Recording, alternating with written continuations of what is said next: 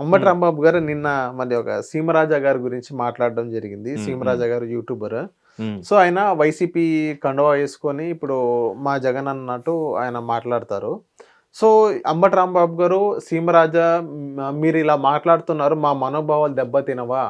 ఇప్పుడు మీ మీద కూడా ఇప్పుడు ఏదైతే సోషల్ మీడియాలో అసభ్య ఎవరైతే తప్పుగా మాట్లాడతారో వాళ్ళని అందరి కేసులు ఫైల్ చేస్తున్నారు. ఇప్పుడు మీ మీద కూడా కేసులు ఫైల్ చేయాలి కదా అని కొన్ని థంబ్నెయిల్స్ చూపించారు. సో దానికి మీరేమంటారు సార్?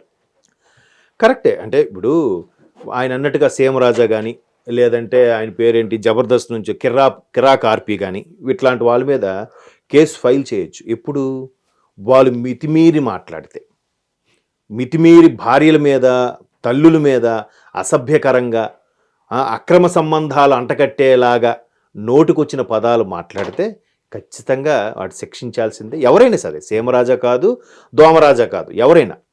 సో సీమరాజా అనే వ్యక్తి నేను కూడా చూశాను, నేను ఆయన కలుసుకున్నాను కూడా ఒక ఇంటర్వ్యూ చేసినప్పుడు.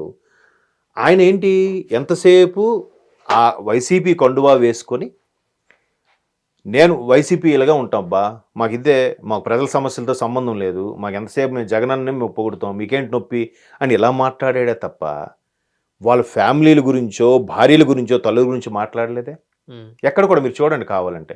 ఇంకో ఆయన ఉంటాడు యూట్యూబర్లో, ఆయన జగన్మోహన్ రెడ్డి లాగా ఇమిటేట్ చేస్తుంటాడు.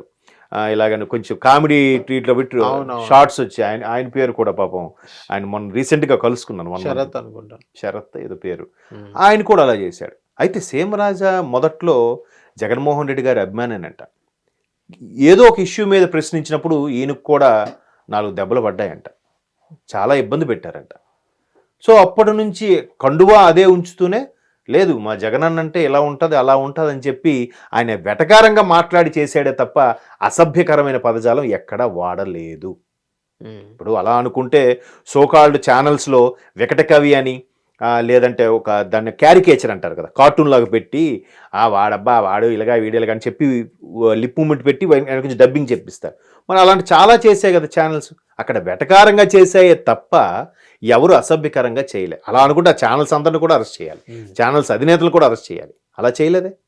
ఇక్కడ కేవలం సీమరాజా లాంటి వ్యక్తులు, కిరా కార్పి లాంటి వ్యక్తులు మీరు మర్చిపోతున్నారండి అసలు మీ దాంట్లో ఎన్ని అరాచకాలు జరిగాయి, ఇప్పుడు నుంచి మళ్ళీ సిగ్గు లేకుండా ఇలా మాట్లాడుతున్నానని చెప్పి ఎట్లాంటి పదాలు వాడారు తప్ప అసభ్యకరంగా భార్యల వైపు ఆడపిల్లల వైపు అయితే వెళ్ళలేదు నాకు తెలిసి.